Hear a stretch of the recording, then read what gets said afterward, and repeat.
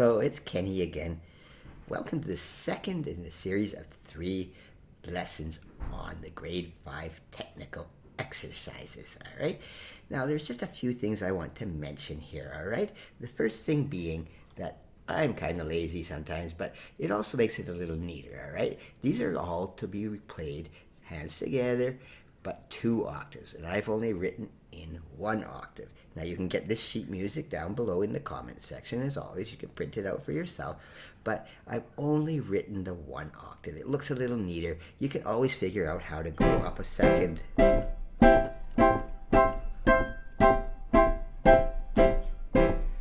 you can even start lower if you want. It doesn't have to be exactly where I've written it. I just made the most simple part there. All right, the second thing, now the Royal Conservatory, which I base these things on, they want a really weird thing at the end, and I'm not teaching those. They want you to play a cadence, a real closer thing, okay? And I don't think that's completely necessary. It's not really part of a technical exercise, and it's not really, I find it more of an ear training exercise or a theory exercise. You're welcome to play it. All you have to do is put the 5 and then the 1 chord. If you want to do that, go ahead, but I'm just not going to teach it. It just kind of gets in the way, all right? And the other last thing, all right, which I mentioned in the last lesson, all right, in black, okay, these are not required if you were taking a grade 5 exam. I've written in red the ones that are required, but I just want to be complete. They want A minor for some reason. They don't want C major. All right, but I teach them both because they're related, C major and A minor. So I basically taught C major is just a complete review. Very, very simple, all right? And A minor is very much the same fingering.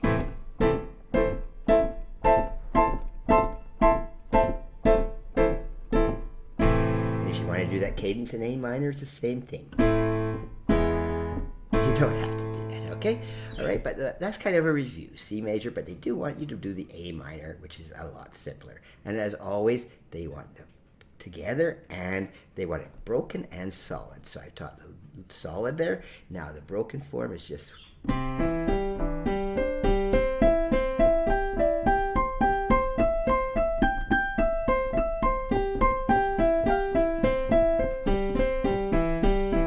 Same thing as a solid, except you're playing the notes separately, and the same in A minor.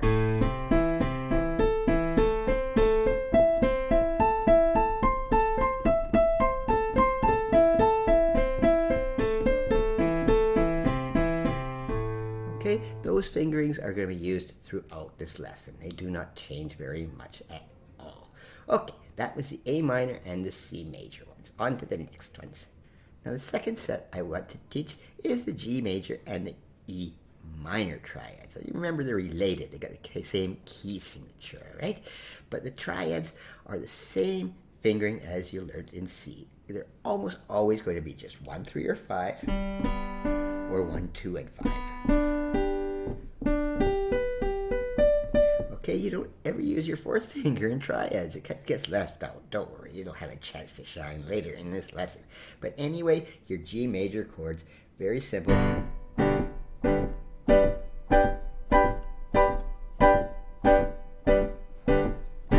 That's a solid, and then broken.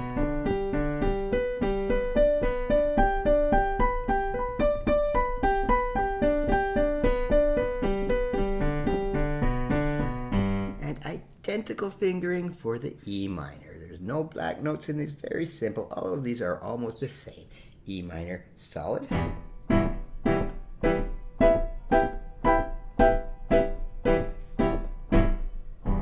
And broken.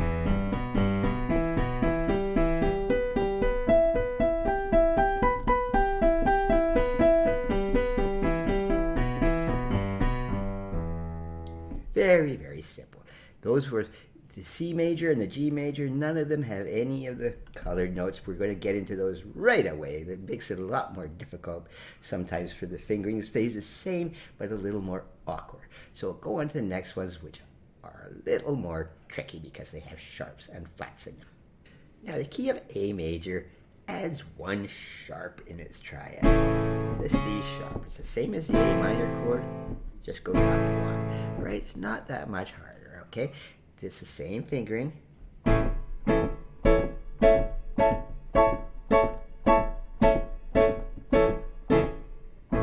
Okay, not much harder.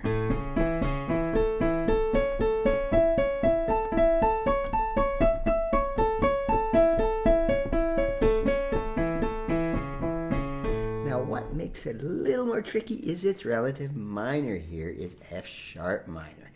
It has two sharps. Okay, almost all the notes are sharp in that one. All right, not all of them, but almost. So you got a little harder.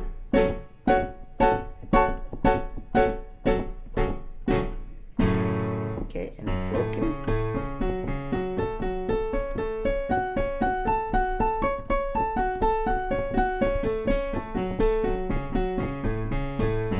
You don't have to play it at that speed, okay? I'm taking quite quickly if you want to just go.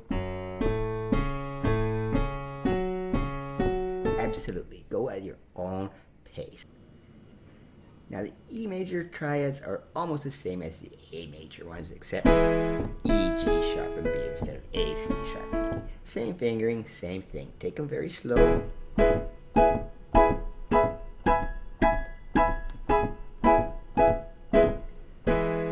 And broken.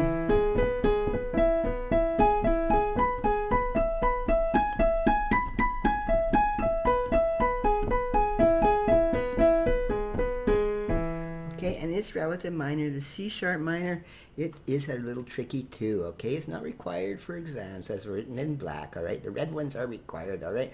But now in C sharp minor, yeah, you have those two sharps. So really try to get the big trick with these ones that have sharps is to play it higher up, okay? With the C major, for example, you can go right down on the bottom of the keyboard. But when you're playing a lot of sharps, you want to get higher up, even right mid to the end of the keys sometimes.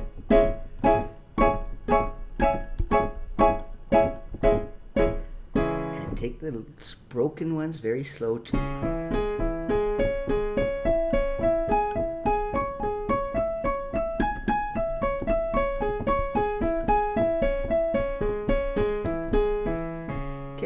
It's tricky, but it can be done, and after you practice it a lot, it'll be second nature. You can do it in your sleep. Now we go on to another easy one. No more sharps, no more flats, all right? We're into F major. I don't know why they want such easy ones in grade 5, but they do, and repetition is never going to hurt you when you're practicing any instrument. But F major is the same as C major or G major. We've covered those before, just F, A, and C. So very simply,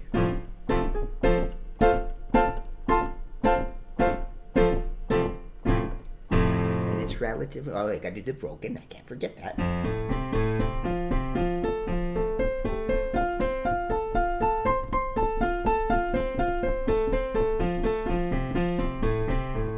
And then it's relative minor, the D minor. We covered this one before, all right? This one's not needed for exams, but play it anyway. The D minor is such a lovely key to play in, actually. It's one of my favorites. But it's just very simple. All white notes again.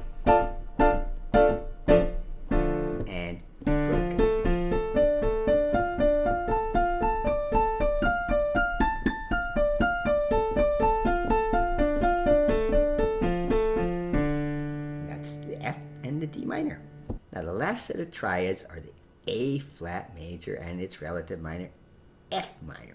Now A flat has the two flat notes in there, so it's just like those minor ones we did earlier, has those two flat notes in there. It makes it a little trickier, but not that bad. So A flat major has the E flat and the E flat.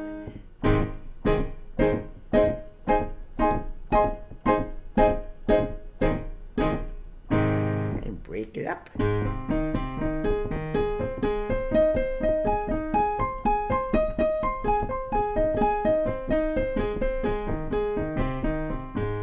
And its relative minor, F minor is actually easier than the major form, okay? And you can see I put them both in red. They're both required for grade 5 exams, all right?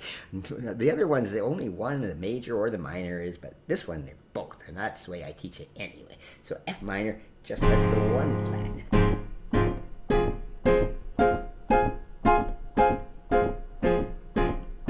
And then you want to break that one too.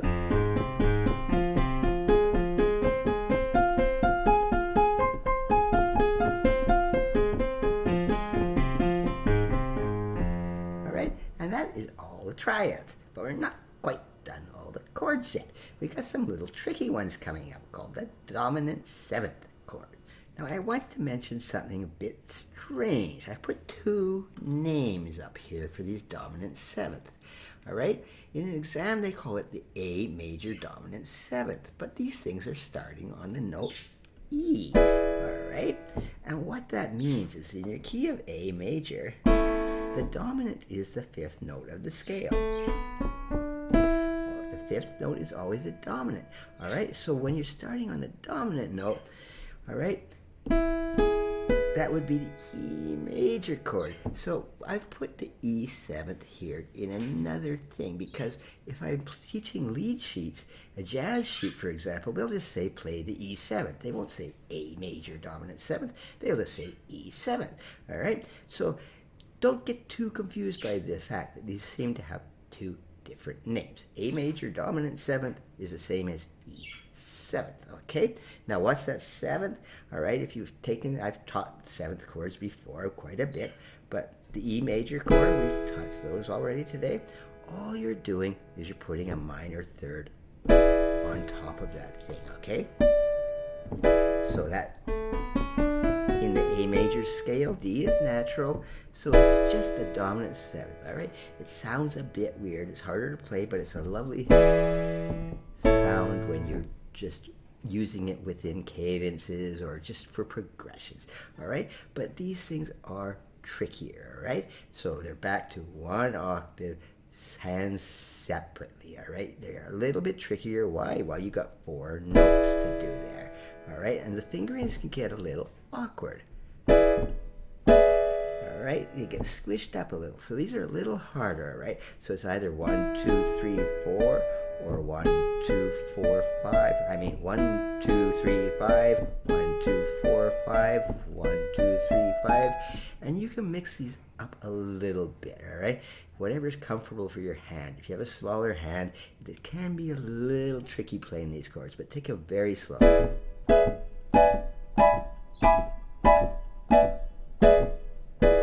Okay, and then separately.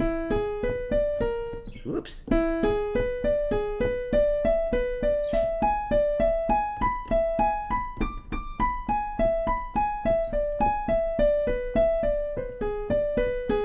It's quite a lot more awkward than the triads, the 3-note triads. These 4-note ones, they kind of squish your hand up a little more, right? So a little uncomfortable. Don't go too fast on these because at first anyway, because you don't want to hurt yourself, all right? But left hand, see, it's so easy to make mistakes in this. You crunch your fingers up.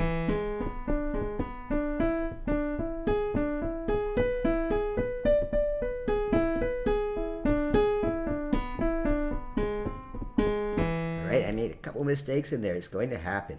It's really awkward to play those dominant seventh chords. That's why they're separate, and that's why they're slow and 1 octave. Now the next bunch are the E dominant seventh, but they don't start on E. The E dominant seventh starts on the 5th note. Starts on the B, all right? But in a jazz sheet, it'll just be called the B seventh chord. So it's B, D sharp, F sharp, and A, another 4-note chord. And this one drives me nuts sometimes. I make lots of mistakes on this one because the fingering just gets squishy in it. So take it really slow. And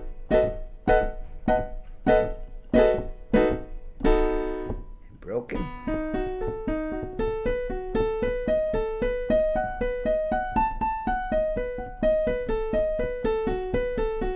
And left hand the same thing.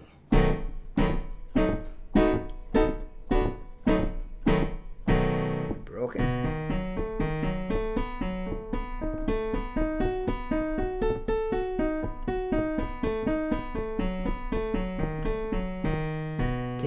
quite a bit more difficult than the triads. Adding that fourth note really stretches the hands and makes them do completely different things. Very good exercise, but quite a lot more difficult. Now the F major dominant seventh, all right, again, we're starting on the fifth note, is actually the C seventh chord in other notations, all right? So F dominant is the same as C seventh. The C seventh is a C major chord with that minor third on the top. You can just hit your major chord, the major chord with the minor third on top. So major chord and go up 3 semitones and you'll find that seventh chord really easy. This one's not too hard.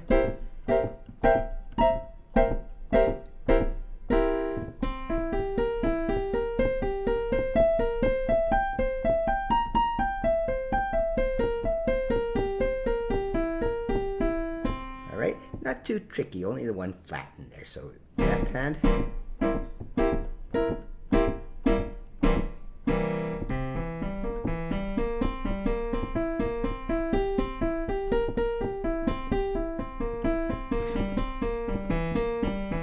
Okay, I used a slightly different fingering in there, whatever's comfortable for you. You could take the sheet music, print it out, and scribble all over it, all right? Write your own fingerings, whatever is more comfortable. Because you'll see in this final section that I'm coming to that it can be completely weird fingering, but you might want to change it around. Now, I've left the hardest one for last, and that is the A flat dominant seventh.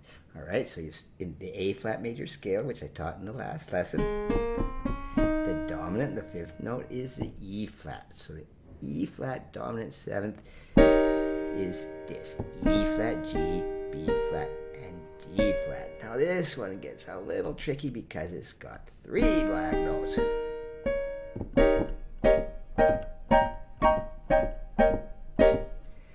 And this is one I sometimes change the fingering in this, particularly in the right hand. Here, normally on this chord, 1, 2, 3, 4, but sometimes it's more comfortable 1, 2, 3, 4 instead of 1, 2, 3, 4, 5, or 1, 2, 3, 5. Whatever your hand feels like doing at the moment sometimes is what you're going to end up playing. But try very slowly and find what's comfortable for you. All right, it's very tricky. It's got so many black notes, but you'll get used to it.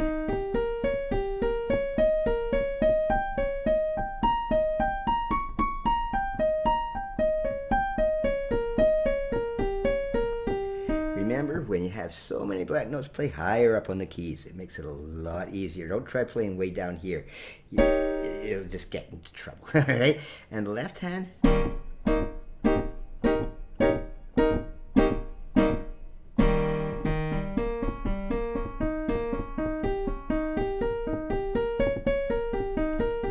Whoops.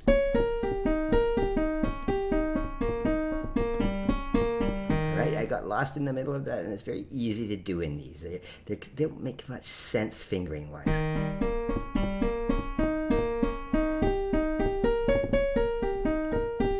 I put the third there instead of the fourth,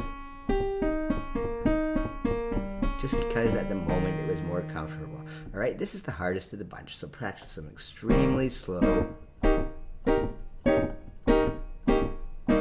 And eventually, you'll just really get the hang of it. All right, that's enough triads. We got one more technical lesson coming up, the arpeggios, which is a lot more fun than these things. All right, but till then, this is Kenny, and I thank you very much.